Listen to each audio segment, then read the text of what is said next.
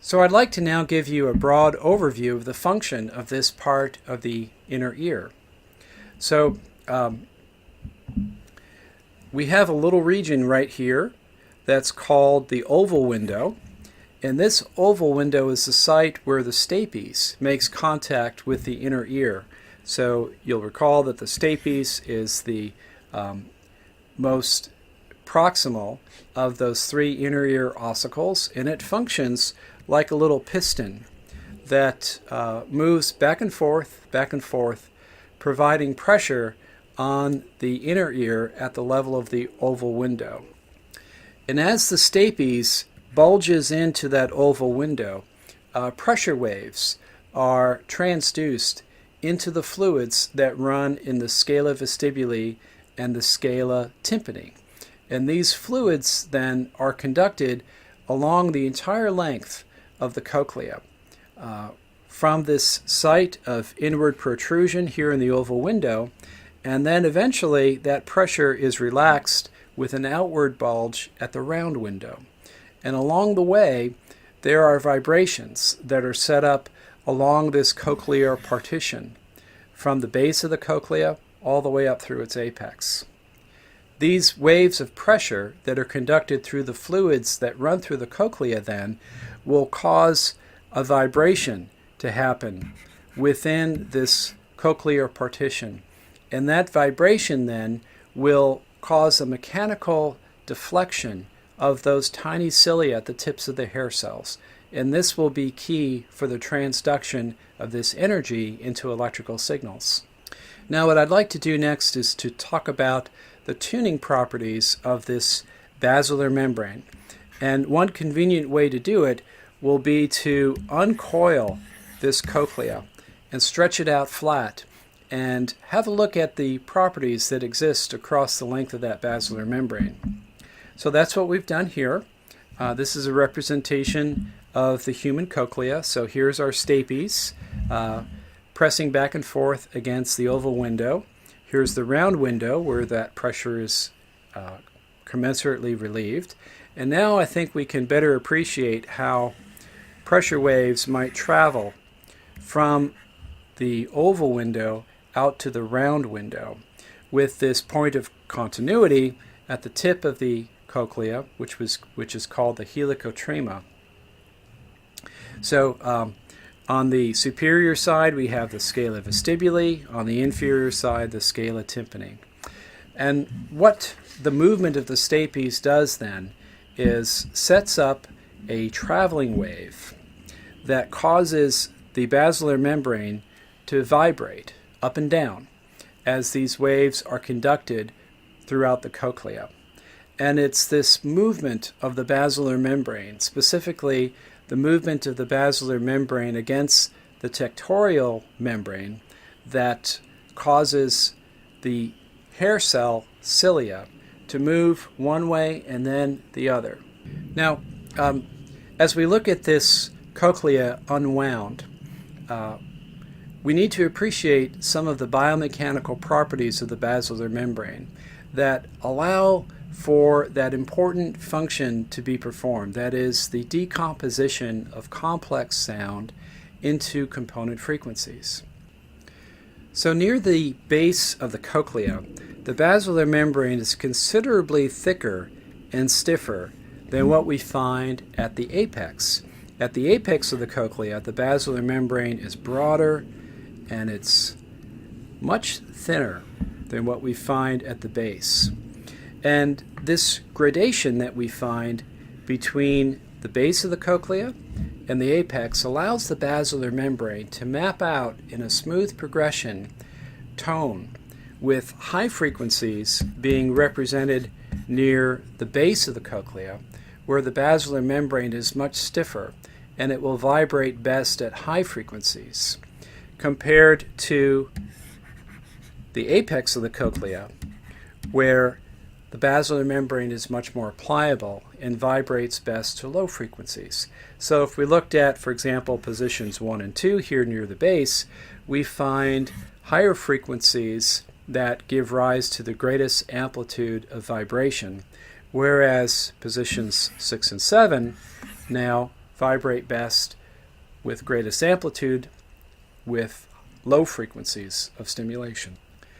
Now, in addition to these biomechanical properties that establish this important principle of tonotopy or frequency mapping in the auditory system, there are active mechanisms that involve the outer hair cells that fine-tune the way this coupling works between the basilar membrane and the tectorial membrane.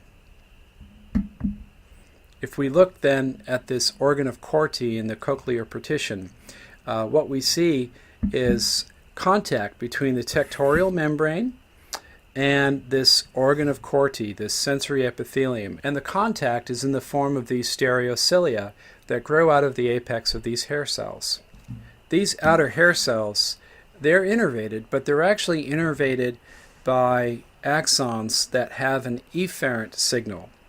So we can think of them as being motoric in nature. The motor is actually in the hair cell itself. So what these hair cells do is they can contract and extend. And as they do so, they change the stiffness of their contact with the tectorial membrane. And this active mechanism then allows for the vibrations to be fine-tuned by the central nervous system. Meanwhile, the inner hair cell is innervated by sensory fibers that have grown out of the spiral ganglia that sits near the axis of rotation of this cochlea. And these sensory endings then will receive the electrical signals that are generated here in the inner hair cells. So let's now see how this all works. So as traveling waves run through the scala vestibuli around the helicotrema into the scala tympani, this cochlear partition begins to vibrate up or down. And because of the pivot points of these two membranes are offset relative to the center of the cochlea, what we find is a shearing force develops as this cochlear partition rises upward and then recesses downward. This shearing force deflects the stereocilia at the tips of these hair cells first in one direction and then in the opposite direction. So with each up and down cycle, there is a wagging back and forth of these stereocilia at the apex of the hair cells. And that movement of these cilia will open and close ion channels that allow ions then to enter the tips of these stereocilia and generate graded potentials in the inner hair cells. So let's now talk about how sensory transduction actually works at the tips of these hair cells.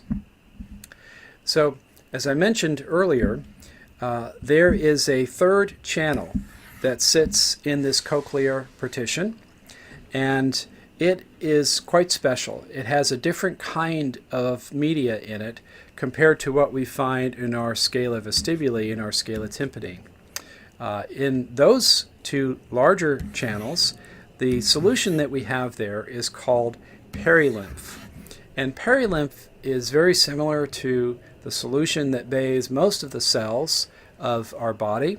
It has a relatively low concentration of potassium, and as you now know quite well, within nerve cells, potassium is concentrated to quite high levels.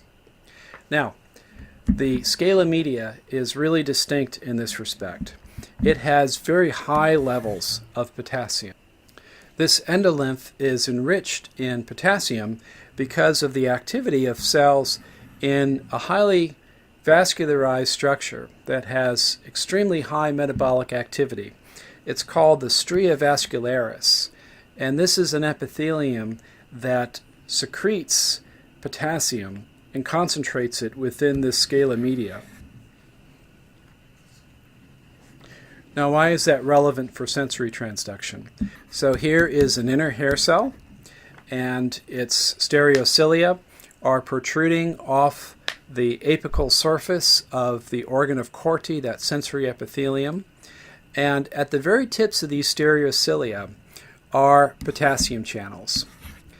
And the potassium channels from one stereocilium to the next are connected with a spring-like protein called a tip link. And what that protein does is it connects a gate that is on the extracellular side of this potassium channel from one stereocilia to the tip of an adjacent stereocilia. And as a result, as these stereocilia wave in one direction, the tip links are stretched and that transduction gate is opened. And when the gate is opened, then potassium ions can rush down their concentration gradient, because remember, potassium is concentrated to very high levels here in the scala media. So as potassium enters through these potassium channels at the tips of the stereocilia, the hair cell will depolarize. And a graded potential is established in that hair cell with the influx of potassium. That potential eventually opens up voltage-gated calcium channels that exist on the sides of these hair cells. So now, not only does potassium enter through the apical surface of the hair cell, now calcium rushes in through the basolateral aspects of the hair cells.